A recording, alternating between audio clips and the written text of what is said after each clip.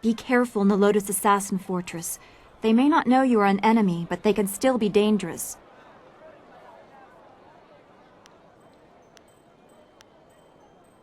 We are much closer to finding our master, but the path you are forced to take worries me, and I don't think the princess shares my concern. We have faced these Lotus Assassins in small numbers before, but this is something different.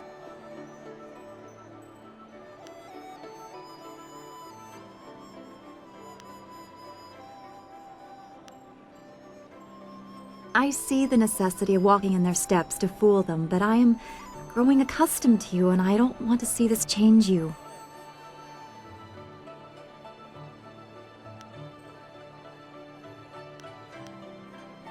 You embarrass me with such forward questions, but I think I like that as well.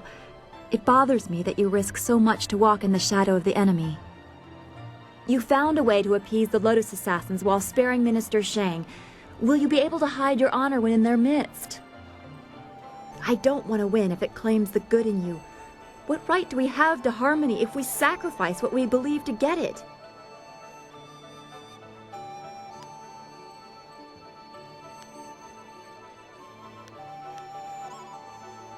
I know you won't, but it still does my heart good to hear it. The more I know about you, the more I want you to stay as you are. It would be a shame for something to happen when we are becoming close. We will talk again. I know everything will work out just fine. All right, what did you want to ask?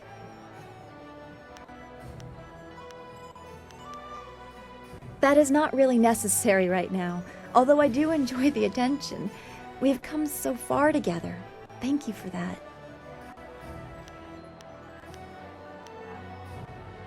As much as I think it is foolishly dangerous, you need to go to the Lotus Assassin Fortress and find the information the princess needs.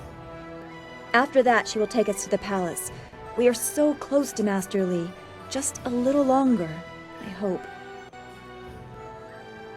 Don't go too far. I'd get lost in this city. I know it. Yes? How can this humble bun master assist you today?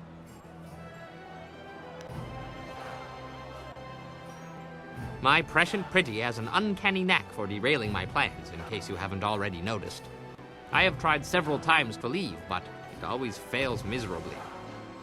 Some say there are spirits out there that masquerade as people, and I suspect she may be one of them.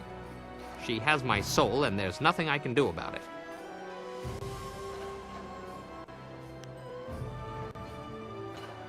One time, I tried to sneak away while she was delivering a special order of buns to her uncle's family. As I started to leave, I slipped on some oil and broke my arm.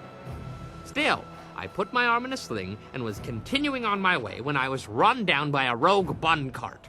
When I came to, my wife had returned and was in a foul mood. Apparently, everyone she had visited died from food poisoning. But why not her? I mean, I'm sure she ate at least one of the buns I sent. It is simply my lot in life to be given into the care of a demon whose sole sustenance comes from sucking the very life from my body and soul. Soup, anyone? I still can't believe it's that easy to become a Lotus Assassin. If I had known sooner, I would have joined their ranks as soon as possible. It would be brutal work, with little reward, and there's a good chance I'd die a hideous, painful death. But it couldn't all be better than married life, could it? No. That is a painful subject, one that brings back difficult memories, though not for the reasons you might think. For 4 long years, my bellicose beauty insisted we try, and try, and try again to have a child. It was a most distressing time. I was so afraid of her for the first year that I could not perform. Her screaming and chastising only made it worse. I overcame that problem, but there were others.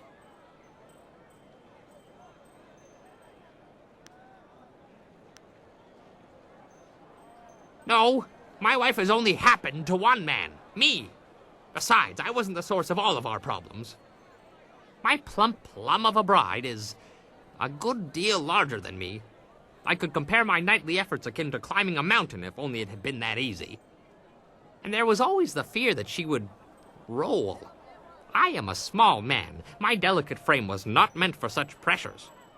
I once lost all feeling below the waist, which perhaps was a mercy in itself. Of course, we overcame these obstacles and kept trying for 4 long years.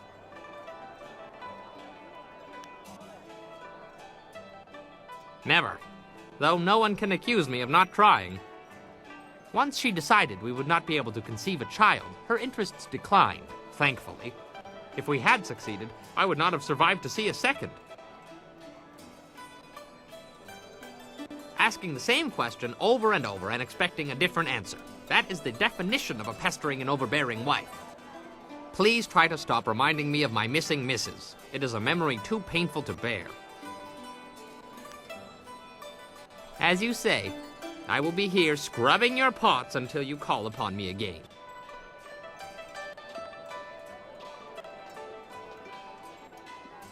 Always happy to help. What do you need?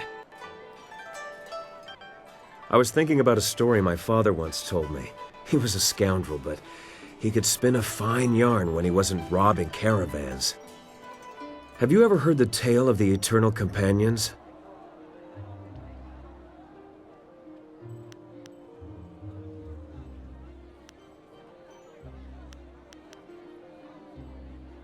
The Eternal Companions were a group of warriors that traveled the ancient kingdoms, well before the formation of the Empire. They were said to be giants, to know styles no one could match, and to always appear to offer their services to a kingdom when times were worst.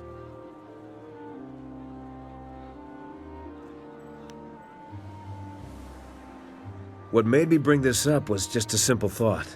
Were these companions real people once? Were they just like us? Something tells me they were, but not in the way you'd expect. You know how legends tend to grow in the telling? I think they also absorb other tales as they go.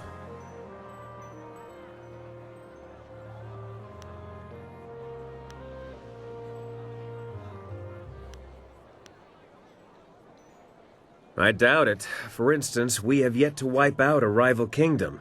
Failing that, I'm a bit shy of 12 feet tall. The point is that when things are wrong, people believe that someone will do something about it.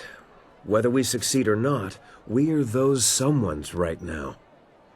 More importantly, you're the someone.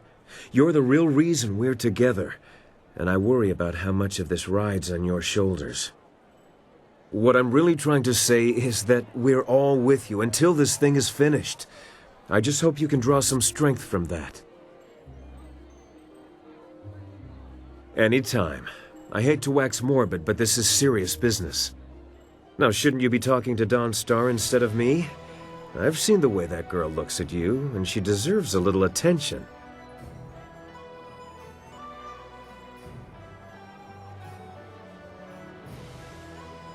You must go to the Lotus Assassin Fortress like we agreed. Find the evidence against Death's Hand, and I will help you rescue Master Li.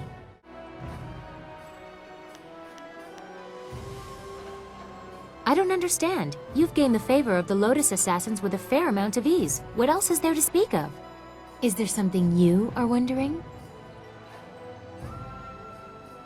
About me? I am Princess Sun Lian, the Heavenly Lily. What more are you worthy of knowing? I do not remember ever being allowed to just be a child.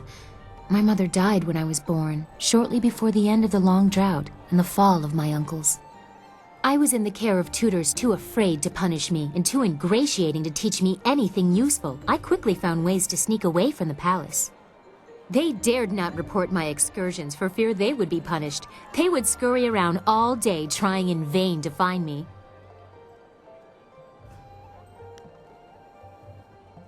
I met the people, the peasants, the homeless, the thieves, such a different world from what you see from the palace walls. They never realized who I was. I'm sure they would have been terrified of the army storming in to rescue me. Most just wanted to be left alone. That life was exciting, but also useful. Even Lotus Assassins overlook the beggar on the street, but she still has eyes and ears.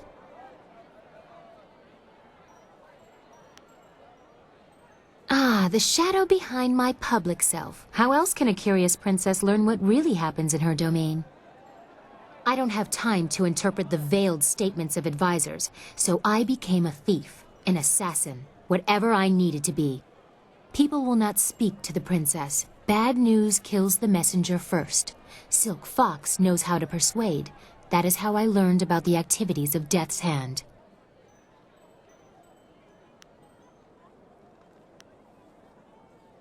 There are many excuses for a vain princess to retreat from sight for days, even weeks at a time.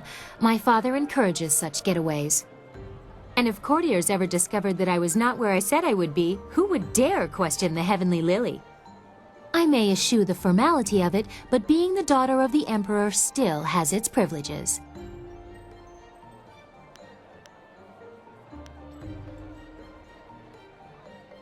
There is a freedom in it. I have the resources to go anywhere in the secrecy to do anything. If I wished it, I could be quite carefree. But that is not what I have found in practice. Instead, I see how my father's reign has twisted, and I know I must do something. It would be very improper for someone of my standing to say anything, unless you make me a little more comfortable. I have already shared something of myself. Can you tell me something about you? Is there anyone that you care for?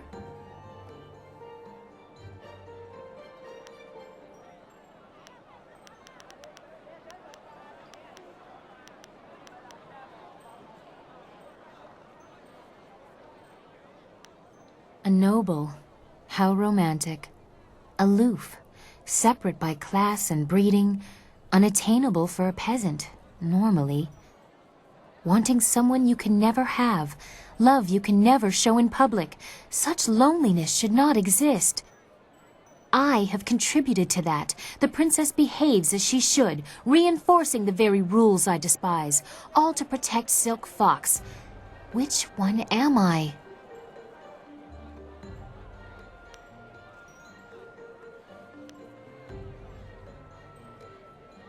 I should not be ungrateful. Everything in my life is dedicated solely to making me happy, but I am at odds with so much. I am always behind a mask, not just when I am Silk Fox. I am not allowed to show an interest in politics, defending the Empire, or even spontaneous affection. You were amusing at first, but now I am drawn further than I meant to be. What do you suppose I should do about that?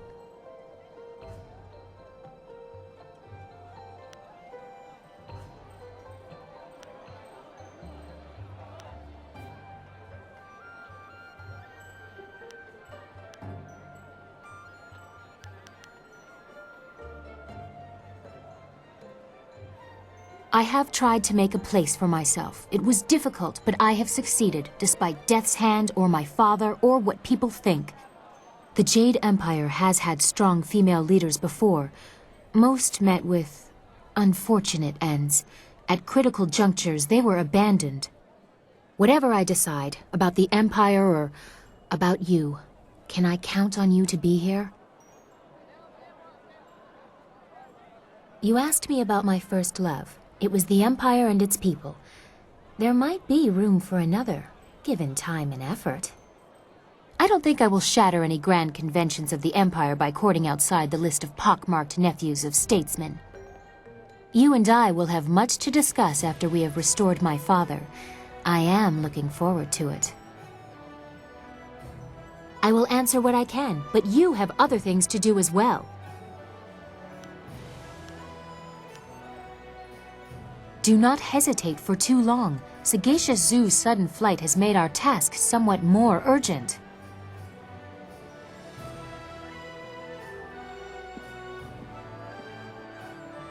Congratulations on winning the Bronze Division. But, I don't have many secrets, because I've got nothing to hide. But there is one thing I haven't told you. I fought the arena. Ha! I did more than fight. I won. Didn't even need a fancy name. The Black Whirlwind was perfect, they said. Nothing quite like getting paid to fight. I have my reasons. For now, I'll tell you this. It's a part of my life I wish I could forget, but no matter how much I drink, it stays with me. You don't need anything else from this place, so just stop here. You don't want to go any further. Let's just leave it at that.